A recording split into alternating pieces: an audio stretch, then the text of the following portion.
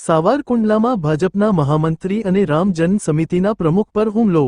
સાવરકુંડલા શહેરમાં આજે સવારે 10 વાગ્યે લોહાણા મહાજન વાડી નજીક સામાન્ય કેબિન લેવા બાબતે બોલાચાલી બાદ હુમલાની ઘટના બની। સાથે અન્ય વ્યક્તિ તેજસ વચ્ચે બચાવવા પડતા તેમના પર ધોકા વડે હુમલો કરવામાં આવ્યો। ઘટનાની જાણ થતાં કુંડલા પોલીસ એસપ વલય વૈદ્ય સાહેબ ઘટના સ્થળે પહોંચ્યા હતા। હુમલાની જાણ થતાં કાર્યકર્તા તેમજ સમાજના દરેક આગેવાનો હોસ્પિટલ ખાતે દોડી ગયા હતા। હુમલાની ઘટના બાદ સમગ્ર હિન્દુ સમાજ દ્વારા બપોર પછી કુંડલા સજ્જડ બંધ રાખવાનું એલાન કર્યું છે। હાલ પોલીસે શહેરમાં પૂરતો બંદોબસ્ત ગોઠવી કડક કાર્યવાહી કરવાની ખાતરી આપી છે।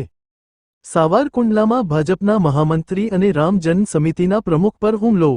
સાવરકુંડલા શહેરમાં આજે સવારે 10 વાગ્યે લોહાણા મહાજન વાડી નજીક સામાન્ય કેબિન લેવા બાબતે બોલાચાલી બાદ હુમલાની ઘટના બની। સાથે અન્ય વ્યક્તિ તેજસ વચ્ચે બચાવવા પડતા તેમના પર ધોકા વડે હુમલો કરવામાં આવ્યો। ઘટનાની જાણ થતાં કુંડલા પોલીસ એસપ વલય વૈદ્ય સાહેબ ઘટના સ્થળે પહોંચ્યા હતા। હુમલાની જાણ થતાં કાર્યકર્તા તેમજ સમાજના દરેક આગેવાનો હોસ્પિટલ ખાતે દોડી ગયા હતા। હુમલાની ઘટના બાદ સમગ્ર હિન્દુ સમાજ દ્વારા બપોર પછી કુંડલા સજ્જડ બંધ રાખવાનું એલાન કર્યું છે। હાલ પોલીસે શહેરમાં પૂરતો બંદોબસ્ત ગોઠવી કડક કાર્યવાહી કરવાની ખાતરી આપી છે। આજે સવારે અમારી જ્ઞાતિવાડીનું સમાજનું પાર્કિંગ છે, ત્યાં આગળ રહીમ ગોરી જે છે પેન્ટર એને ત્યાં કેબિન મૂકવું હતું। એટલે અમે એને મનાવતા હતા કે ભાઈ અહીંયા કેબિન તમારું ન ચાલે, અમારી જ્ઞાતિનું પાર્કિંગ છે, આ પાર્કિંગની વચ્ચે તમે, એટલે અમે સમજાવટ કરવા ગયા।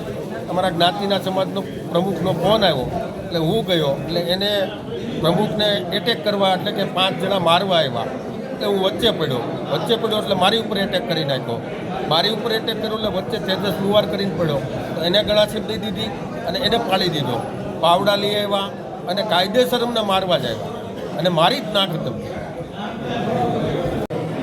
સાવરકુંડલા ટાઉનમાં આજે સવારે આશરે 10-10:30ની વચ્ચે એક બનાવ બન્યો હતો, જેમાં કેટલાક લોકોએ 3 જણા, જે રાજુભાઈ નાગરેચા, તેજસભાઈ તથા જગદીશભાઈ, એ 3 જણાને લોહાણા મહાજન વાડીની સામે કોઈ બવાલ થઈ હતી, એમાં હુમલો કરવામાં આવ્યો હતો અને એ બાબતની અત્યારે ફરિયાદ લેવાની ચાલુમાં છે।